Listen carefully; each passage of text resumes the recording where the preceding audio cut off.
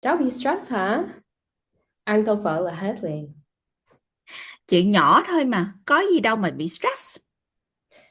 Ồ, đau đầu hả? Sức dầu đi. Sao, đừng có khóc, xấu á. Ừ. Ồ, con buồn hả? Không gì đâu, đi ngủ đi. Ừ.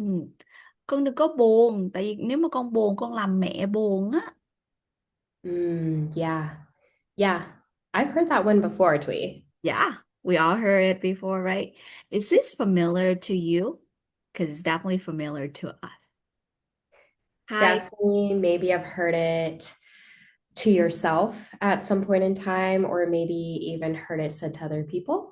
Yeah, definitely, especially with parents, with other adult in my family, particularly, for sure. Oh, yeah, of course, of course. But wait a minute, we have to introduce ourselves. I'm Nadia. I am a licensed clinical social worker, and this is Twee. Hi, my name is Thuy. I am a licensed counselor who are independent, an LPC. Yes, we're here to talk about mental health. Hmm. What is mental health? Mm. Man, where do I start? Well, let's start with the word itself, right? Mental health is really, really about a lot of things involved together, but it's focusing on the emotional part. It's can connect it to your behavior, how you feel about yourself. To me, mental health is just like physical health. It is something that you have to take care. If it's something that you have to really, really pay attention to, and it's something that helping you to connecting with other people. That is what mental Mhm. health means for me. What about you, Nadia? Oh yeah, absolutely. I definitely mirror that same answer. To add to that, in regards to like the physical part, Mm, mental health is not just within the mind and the emotions, but it is also deeply connected to the actual physical body and the bodily sensations that we experience. Think of ourselves as like this one whole unit where one thing can affect the next to the next to the next, like dominoes. it is a domino effect, right? When you really think about it, mental health can affect physical health, and it can affect like things that you do in your daily life. It's affect your relationship with other people. It literally anywhere and everywhere. When we talk about mental health, it's not something like crazy out there. It's really what happened. Like even in starting with your day, right? How your day, how you start your day, how's your mood affecting how you actually react to things, how you do things in generally speaking. Yeah, Mhm. building relationships, Correct. family, Yeah. friends, colleagues, but most importantly, the relationship that you have with yourself. Yeah.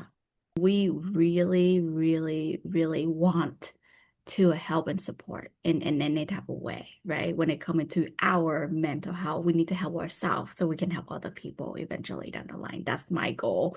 My standard is that if I can't help myself, I can help a lot of other people. Mhm. Yes. So Twee, why did you get into mental health? What brought you here today?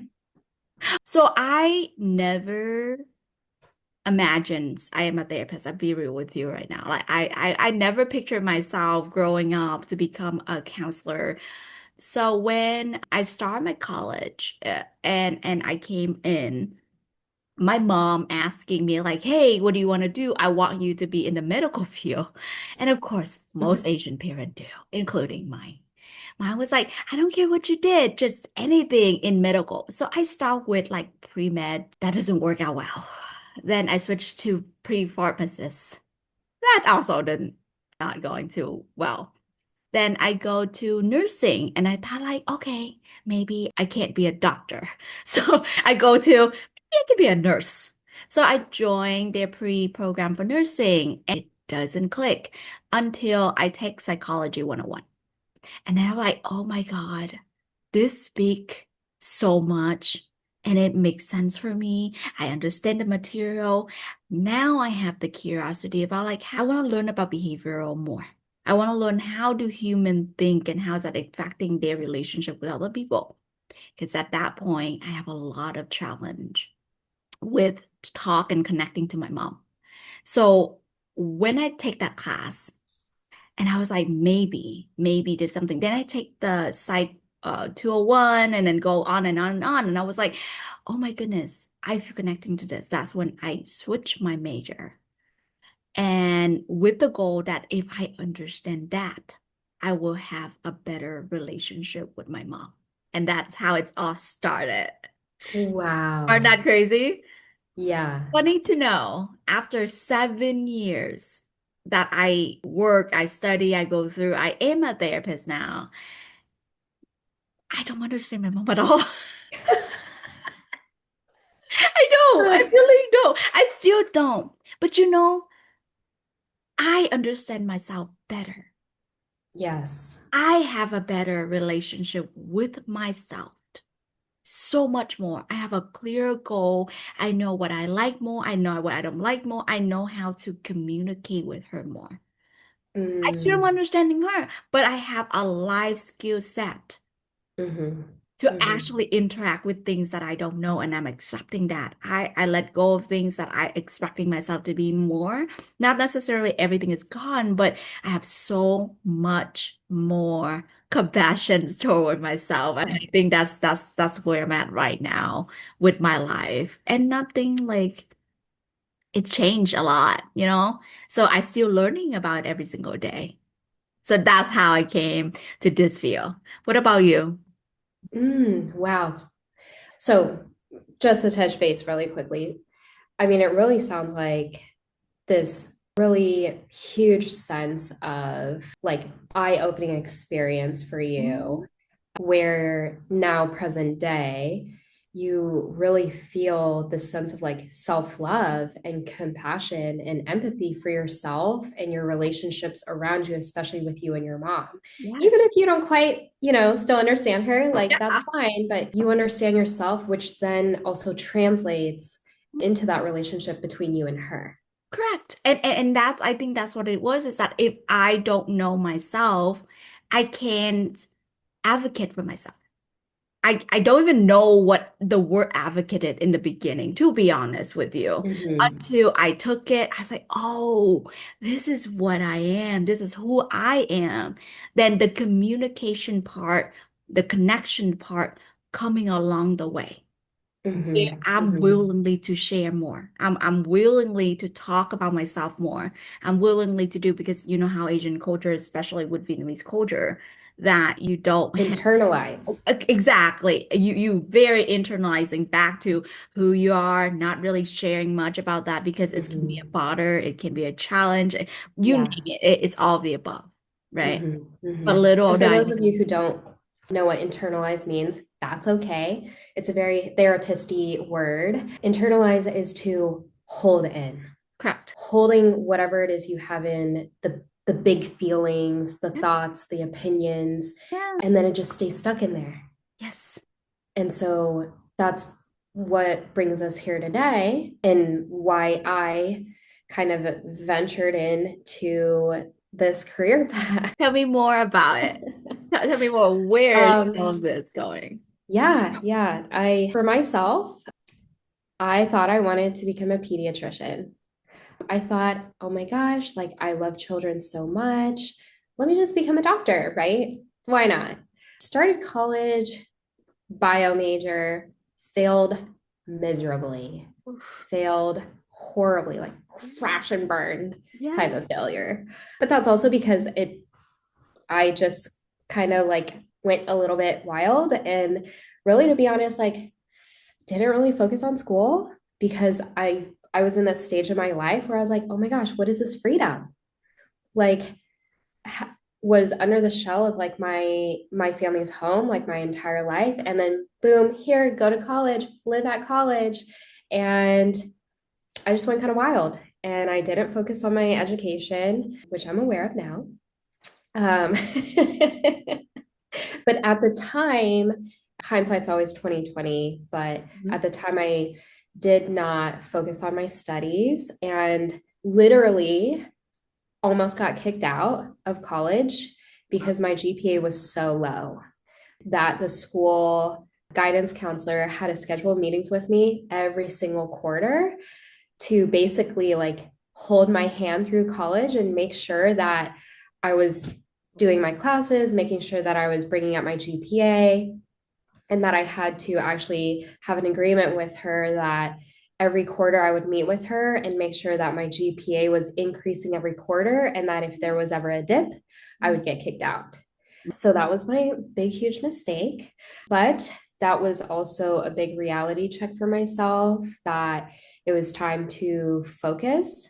But I feel like that was also a hard part for me because even though I knew I had to focus, I had no idea what I wanted to focus on. Yeah. I was lost. Like I had no idea what I wanted to do with myself because my entire life I always thought I'll just become a doctor. Right? And crazy do we know, right? Everything changed when you actually there and you experiences it, right? At the end of the day. Exactly. And it seemed like you go through that. You go through a big transitions of questioning who you are all over again once you Yes, hitting that point. Yeah. exactly. And being in this like life of like being at college, trying to make friends, trying to focus on school, figuring out what to do, I still felt like a kid almost.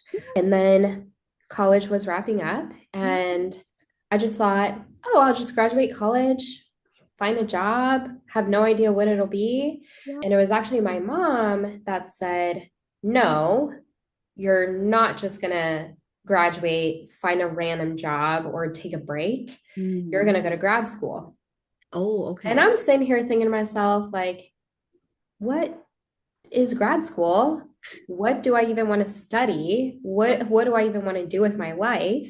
Yeah. And that's really just kind of how I fell upon social work, Yeah. because it was a conversation that was happening in passing that I heard outside in the community. And I heard the person say social work, and that just was like a light bulb. And I'm like, what is that? Yeah. So I went down a rabbit hole of researching social work, what all the fields, what all the different fields you can go into, basically the entire foundation of social work. And I just felt so drawn to it. I Mm. told myself, like, all right, I guess this is it. I'm applying to grad school for social work. And from that point in time, it really resonated with me because I had always known that I wanted to work with people Mm. and be some kind of support to people. I Yeah. guess not in the not in the way of being a pediatrician, and that's okay. But finding this passion of very, very much on the micro level Mm. of this very intimate, vulnerable relationship with people, and to be able to be there for people through whatever life challenges and transitions that happen. So, No, and, yeah, and I I'm mean, very, very similar to you in a certain way when it coming to this field particularly. Because the reason why I doing it is because I want the connections. I really like communication. I really like to able to help and support in some sort of way too. So like when it coming to like mental health particular, I feel like I have a deeper connections with the person in front of me, whoever I work with and mhm, learning about them, learning about what challenging them, supporting them unconditionally, right? exactly. And walk them through what is the challenge, how can we support you, right? What Mhm. tool do you need, and able to build up that with them. And I think that's amazing. To me, Right. I I mean, see I think that's fascinating. something that you really like touch upon there is Mhm. without conditions. And I think that Yes. that's something that within this community, within the Vietnamese community, as well as others as well too, is that the elders, the parents, the grandparents, the aunts and uncles, that there is this air of condition, Hmm. right? Whether being forced or pressured into a particular field, Mm. medicine, Correct. Number one. right? Yes, yes, Law, yes. Oh, right? Business. business. Yeah. Um, and so I'm curious, Twee, like, tell me what your family's reaction was when you told them that you were going into mental health. Oh man, it's like the war's ending. It's so much scare for me, so much war. When I tell my mom that, and I don't think she's gonna like this when I share this, but she was like, "Oh my God, you're gonna work with crazy people? You're gonna become crazy." Like, and that's literally her response. And then I have an aunt. And she coming in, and then she talk, and then and I mean, like, they everywhere at the end of the day, right? And everybody hear my career path that I chose, and always questioning my mom of like, why did you let her? Like, why do you don't stop her from going there? Like, Mm, it doesn't make sense to go there. She worked with crazy people. She gonna be crazy someday. Or the fact that I work with crazy people, my emotion is unstable. And which is like that's what my mom was concerned about. Like like her visions of it is that I only work with severe mental health, mhm, aka crazy. Which I was laughing at that, and I told her, no, they also people. They also have challenges like I am, and that's why I go to, help and supporting them. Explaining to her what mental health mean, it's a chaotic because she keep jumping back to you only work with crazy people. mhm, It took her years, and I've been doing this for 5 years out of this point. It take her for years for her to even understand, oh, client doesn't have to be crazy to talk to my daughter. They can't just coming in with a lot of anxiety. They come in with depressions. I gave her a little bit more of the verbiage of what the word is. So then she start to ask, or like relationship issue, right? A lot of that is not considered crazy. It mhm, just the way that they cope or they need more tools or whatever, whatnot. But man, I have so many negative reactions out that and so much worry about my feel, worry about like, me as like how's my mental health if I interacting with a lot of that, which mhm, it can be crazy. How about you? mhm, How did your parents or your family mhm. respond to that?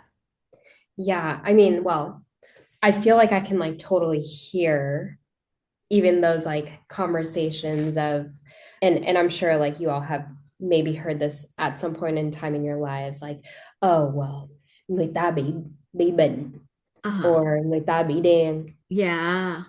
right? Which we know, first of all, like not okay.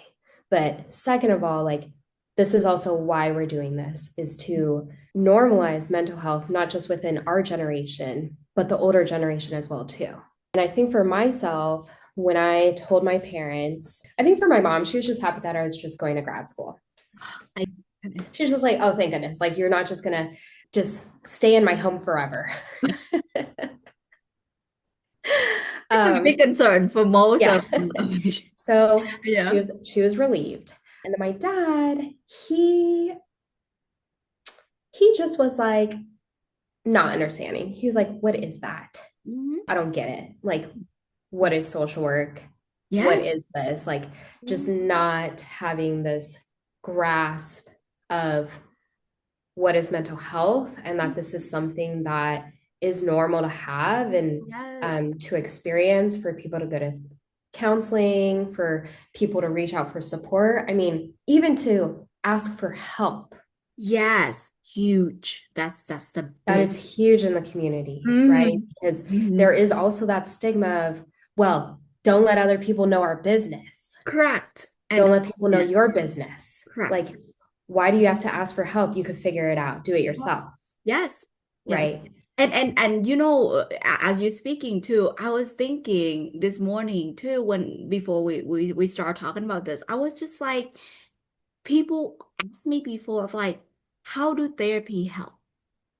How to talk with a stranger gonna help you of whatever that is happening, right? And it's one number one question that I get asked all the time, especially with Asian community of like, why Yeah. do I need to air out my laundry, my dirty laundries out to other people who actually don't know me, and why do Mhm. I need to tell them what is my problem? Which is like something that I feel it's not true at all.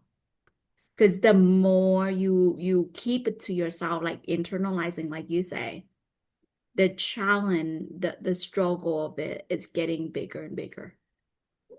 And Mhm. to me, I told this to all my clients all the time, is that our emotion is like a baby, right? Baby have needs and they're gonna cry and they're gonna do whatever it takes to get your attentions from it, right? And if you don't take care of that baby gonna constantly cry louder and louder every single day until something happens, until Mhm. down until something else more major gonna happen. And if you keep internalize and keep everything and suppress everything, one drop of whatever the small thing can literally blow up the whole entire things for you, whether that is work, school, relationship with friends, relationship with Mhm. parents. It can literally kind of blow out a proportion for sure if you don't Mhm. take care of your own little baby, which is your Right. The emotion. cherry on top.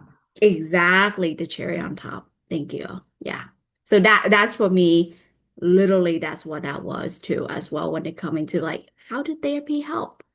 Well, Mhm. first of all, it's about we have a space for you to talk without judgment, without telling you what else you need to do, without problem solving for you at some point. Mhm. Just validating. Yeah. We don't That what you were going through is very real, Mhm. that everything that you were feeling Mhm. is absolutely okay to feel, but Yes. also knowing that like everything that you share here Mhm. will remain between you and the therapist because of confidentiality. Correct. And I don't think our people, our communities know that our work it's very like very extreme, and we treat that as a confidentiality thing, where we treat that very, very extreme restriction, just like a lawyer, right? Lawyer don't go in and tell other people, oh, this is what my client's gonna do. And no, they keep it to them because it's legally and ethically. That's what happened. So, to wrap up, why are we doing this? Oh, I think we already mentioned that earlier, right? But I just want to highlight some of the big things, and you're welcome to jump in whenever. But I think the big one that we're talking about would just normalize what mental health is. We Mhm. want to really helping and supporting the community by really talk about like that's it's okay. Mental health is a thing and everyone goes through it every single day. You're not the only exceptions. Everyone Mhm. also go through mental health issue and struggling to just show it in different way. And to really connect